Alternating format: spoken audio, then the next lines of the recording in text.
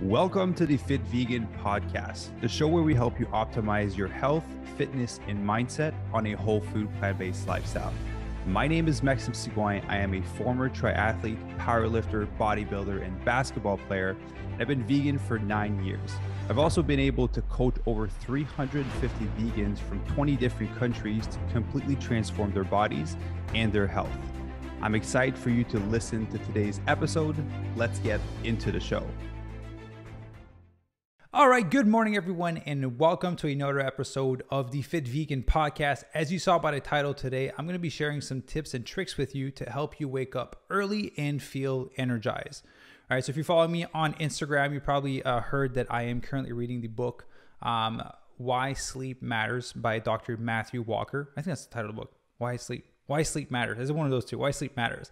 Very interesting book, going in depth into like obviously the negative side effects of not having proper sleep, how it can affect your energy, your craving, your digestion, your weight loss, weight gain, chronic diseases like Alzheimer, increasing risk in cancer and heart disease and all that. If you know, I've been tracking my sleep for over 3 years now, at one point with the Whoop and now with the Oura ring on my finger. Just a geek when it comes to sleep. So I thought I would make a little list of things that, through research, through reading, and just through personal experience that I found have made a huge difference in helping me get good quality sleep, wake up early, and just feel energized throughout the day. So I have my little notes here of some of these things that you can look into. So the number one thing is we have to understand that we all have a different sleep chronotype, right? You probably heard of people saying that they're night owls, right? That they're just awake later at night, and that's when they feel the most creative. You probably heard of people that just naturally wake up really early and just like they wake up and they're ready to go. And some people that wake up and they're groggy for the first 2-3 hours of the day. And there's people that kind of like the 9 to 5 tend to wake up. So there's different sleep chronotypes. There's the bear, which is, working from 9 to 5. So you wake up at like 7 a.m.-ish naturally. You go to bed around like 10 p.m.-ish naturally. That's the one that I am. I think there's a lion where it's someone that wakes up naturally really early, like 4 to 6 a.m. There's a night owl, which I think they call it like the wolf, where you just more productive at night. So you tend to go to bed maybe at like midnight or 1 p.m. And then there's the dolphin, which are kind of the one that have a little bit more trouble sleeping. Their sleep is a little bit more irregular. So there's a quiz online. It's called the Power of When quiz. If you just type that, what I invite you to do is go in there and answer the questions as honestly as possible the first time. Don't take the quiz twice to try to change your answer for it to fall on what you want it to be. Just answer honestly the first time. You'll get the answer, and they'll give you a little bit more information as to like what your sleep chronotype is and when it's better for you to do certain things. For example, when it's better for you to do your most important work in the day, when it's better for you to work out in the day, when it's better for you to start eating, whatever it may be. So they give you a lot of great insights. Now, I'm not going to say that this is 100% accurate all the time, but it's honestly a great foundation and a great place for you to start once you have a better understanding of like what is your sleep chronotype. I always, for the longest time, I'm trying to force myself to wake up at 4 or 5 a.m. because I want to be a part of the 4 or 5 a.m. club, but I would just be so groggy and it would take me so long for my brain to get into gear so I could start that deep work, that productive work in the morning. And in the evening time, I was just completely exhausted. It just felt like I was never in alignment.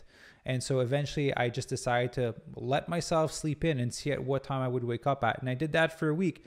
I naturally was tired around like 9:30, 10 p.m. at night. And I naturally woke up between 6 and 7 a.m. And so what I did is I shifted my whole life to match between these hours. So normally I would just do deep work in the morning. Now I just do a little bit less in the morning. And I just kind of shift everything over because I do have, to be upfront, a lot of flexibility in my schedule. But I identify like, when do I naturally get tired? When do I naturally wake up? And then I shifted my life to be able to wake up around these times, right? And so if for some of you, you tend to you stay up later at night because that is your sleep chronotype, not because you're watching Netflix, right? This is not a sleep chronotype if you're watching Netflix.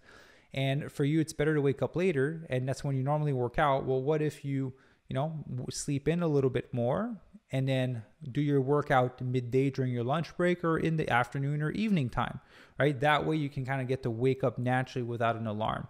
That's a big thing that made a huge difference for me, is to stop using an alarm. And I stopped about 3 months ago, and it's a game changer. I don't know for you guys, but when an alarm goes off, it just stresses me out. And I did the trick that I taught my members, like, put the phone away from your bed. So you can't just turn around and press snooze. Like, you have to get up to actually go close the phone. That way, like, you're up, it's harder for you to go back into bed. So it's kind of like as a motivator to like not press snooze and go back into bed. But not using an alarm has been amazing, right? I used to put an alarm for 6 a.m. And then if I didn't put one, I wake up at 6:30. I'm like, what's 30 minutes extra, right? I'd rather wake up without the alarm, feel rejuvenated and rested, than feel stressed at 6 a.m. when the alarm goes off. So identifying your sleep chronotype is a big thing. And I invite you to try to pivot your schedule a little bit around that. I'm not saying like not everyone will have the ability to completely shift their schedule to match that, but at least if you have a better understanding of like potentially what your sleep schedule is, try it for a little while, see how you feel. And I promise you there's a huge difference between if you're tired and groggy all day, or you could potentially sleep in 30 minutes longer or go to bed 30 minutes earlier, that it would make the world of a difference in the amount of energy during the day. So that's the number one thing you can do. Just take a little quiz and give it a shot. Point number 2 is caffeine timing, right? Caffeine is the most abused drug and legal drug in the world.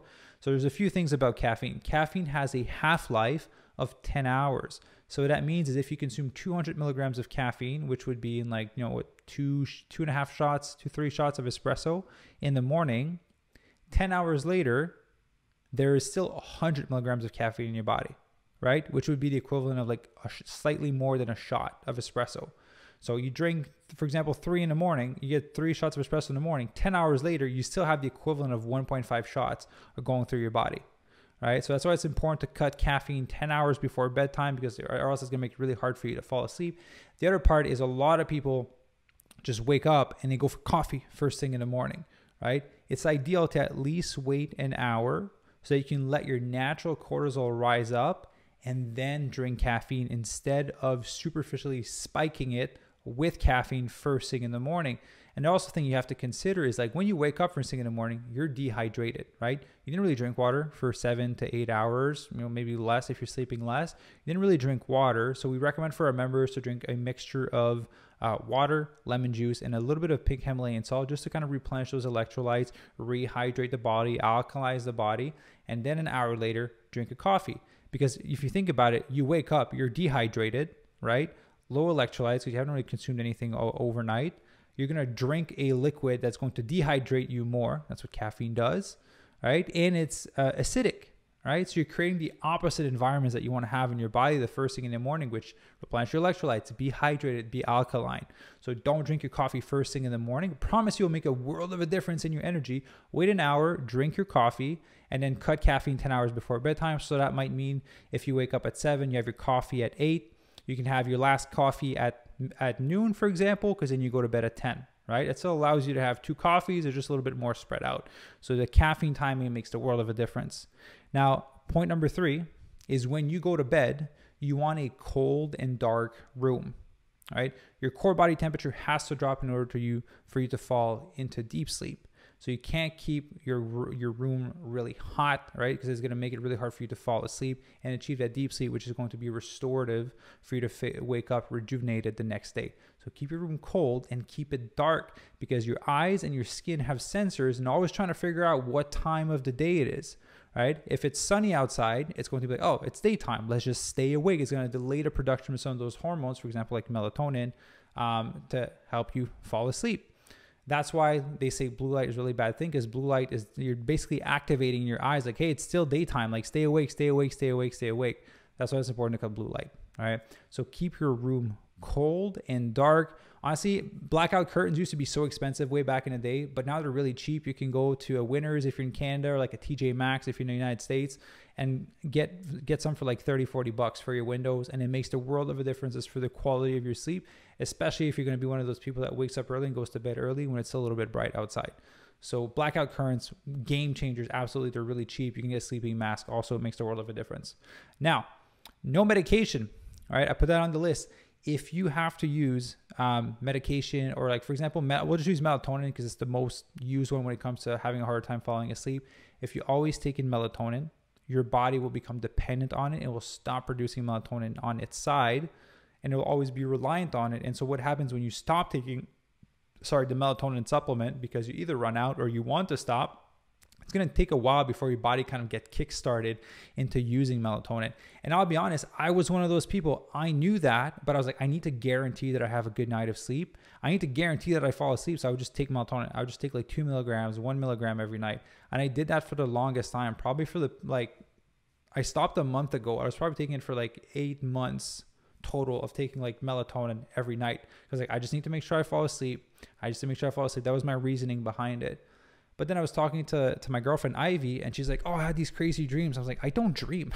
I don't dream. I wake up. It's like I fall asleep, I black out, and I wake up, and it's daytime. And I was like, wow, it feels like I'm missing out on something if I'm not dreaming. There's a level of deep sleep that I'm not achieving. And so I stopped using melatonin over a month ago, and I've been dreaming every single night since then. And I wake up so much more rested from it. And so science shows that it's not good to rely on melatonin to fall asleep, but just out of my personal experience, like I've been dreaming every night since I stopped taking melatonin over a month ago, versus when I was using melatonin for like eight-ish months, I wasn't dreaming at all. And the level of recovery that I was getting through my Oura Ring is completely different now, right? I get a lot more REM, a lot more deep sleep when I wake up and I look at my stats in the morning. So not relying on these things will make the world of a difference. If you're looking for some supplementations to take at nighttime, right, to kind of help you, magnesium citrate, like in warm water. There's a brand called Calm that's very popular. You've probably heard of it before. Take some magnesium to relax the body. Valerian root, right? There's a lot of different mushrooms and herbs that you can drink to kind of help you fall asleep more naturally. But honestly, the big thing to ensure that you produce melatonin at the right time at the evening time will be to get some sun exposure first thing in the morning, right? When you wake up and you go outside, right? Whatever, it doesn't have to be right away, but maybe like 15 minutes later, 20 minutes later, you go outside, get some sun, go meditate, go read outside, go do something, go walk your dog, get some sun exposure, look at the sun, right? It's going to tell your body, hey, it's daytime. Let's start waking up. And there's a cascade of of hormones that will take place throughout the day that will ensure that you produce melatonin at the right time at nighttime. All right. So it starts actually in the morning if you're to produce melatonin at night. So getting some sun exposure in the morning makes the world of a difference. What I would do is I would meditate and read inside the house, and I would go outside for a bit, and I come and get some sun exposure and come back in the house. And what I started doing is I just brought my camping chair outside in my backyard, and I just go out there first thing in the morning. I'll just go out there. I'll go and meditate. I'll go and pray. I'll go and read my book. And the whole time I'm getting sun exposure, and I come inside the house and I start working. And that's also made a huge difference as to the quality of my sleep and how tired I am at nighttime, so I can actually fall asleep at the right time. And so, yeah, just go and meditate outside. Just go and read your book outside when you read in the morning, and it'll make the world of a difference. Now, the other one is obviously cutting out blue light. Like, yes, we can produce melatonin at the right time in the evening time, but if we're constantly telling our body, like, hey, it's daytime, you need to stay awake, even though you've programmed your body to get some sun exposure and produce melatonin at the right time, you're dimming it with exposure to blue light. So a few things you can do, right? Let's use the road of ideally, you shut off your TV, shut off your phone, your laptop, your iPad 1 hour before bedtime, right?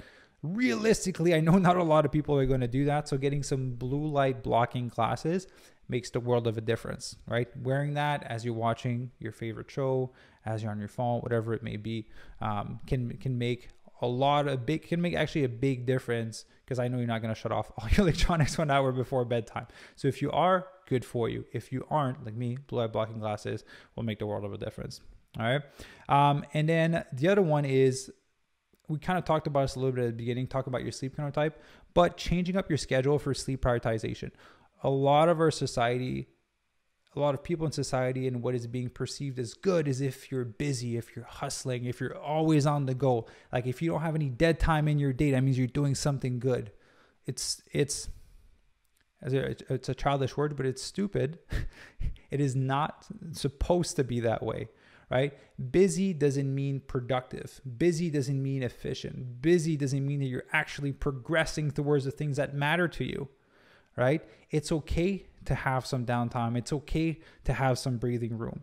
And a lot of our lives, we tend to fill up our daily schedule with things that are not necessarily serving us. They're not necessarily the most efficient in terms of our time usage. And then the first thing that we're going to cut into is sleep, right? We will neglect and cut on sleep first thing before we remove anything else from our plate.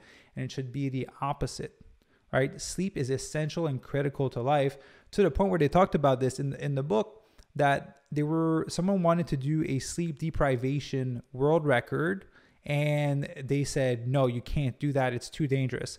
But they're okay letting someone jump off a hot air balloon and break the barrier of sound with their body, but you can't do a sleep deprivation contest, because that's how critical and damaging it is to the body, and you can die from it, right? And so what I think needs to happen is we need to find our time that we like to go to bed, right? A sleep chronotype. If you have kids, understand it will be a little bit harder, but not impossible for you to get a good night of sleep, because I have tons of members in my program that have 2 kids, 3 kids that work 40 hours a week and are still able to get really good nights of sleep. Their Whoop score are through the roof. Their O-ring score are through the roof, all right? And so prioritizing that, so you have like at least 8 hours in bed. Plan to have 8 hours in bed, and that you're able to go to bed on time, that you're actually in bed for that long, because let's be honest, no one has 100% sleep efficiency. It's actually impossible. I think the numbers that they shared is if you're between 20 and 50, you're looking at about like 90% sleep efficiency. So 90% of the time you're in bed, you're asleep. And then as you're getting older, it kind of declines a little bit, looking at like 85% to like 75% of sleep efficiency. And the older you get, the like lower it gets, and actually working on ways to kind of improve that. But you're not going to be asleep for the full 8 hours. And so, sometimes I give myself 8 hours and a half to 9 hours in bed so that I can get the full amount of sleep that I need to get. Because let's be honest, every day, what do you have to do? You have to work, you have to eat food, you have to spend time with your partner, you're going to work out, and then you have a lot of free time during your day, either bringing your kids to activity, playing a specific sport for yourself, doing extracurricular activities, whatever it may be. And then there's always a wiggle room of like 2-ish hours, right? Majority, I can't remember what the stats are on the amount of TV that people watch per day, but it's for sure more than 2 hours per day, right? So there's a lot of wiggle room there that can be utilized to put towards sleep. Like, what if you just watch 1 hour of TV instead of 3? And you put those extra 2 hours towards you going to bed, and then the next day you feel even more awesome and you have a lot of energy, and then you want to do the right things. Because a lot of the things that we struggle with are directly correlated to sleep. If you get a bad night of sleep, you can't think straight. You make reactive decisions instead of responsive. You have more cravings. You're more cranky. Like, things just get worse when you're tired. I don't know for you guys, but things just get worse when you're tired compared to when you're rested. You can make the right decisions. You're more at peace. You're less anxious. You're more present. You enjoy more of life. And so being able to shift your schedule to remove some of these things that are not serving you, like just cutting out TV, the amount of TV you're watching at nighttime, will make the world of a difference, right? So just to reiterate some of these points to help you wake up early and feel energized. And early is in respect to whatever your sleep chronotype is. For some people, this is going to be 4 a.m. when they naturally wake up, right? One of my business partners for one of my other companies, he wakes up at like 4 or 5 a.m. naturally. I wake up around 6 to 7 a.m. naturally. And then another of my business partners for another venture I have, wakes up at like 8 a.m. naturally. All right. And so everyone's a little bit different, and it doesn't matter necessarily at what time you wake up. It's all about how efficient are you being with the time that you're awake. That's the big thing that people miss. Most people are awake for 16 hours in a day, right? Everyone has the same 24 hours. You get a little 8 hours of sleep. There's 16 hours left to your day. How efficient are you being with those 16 hours?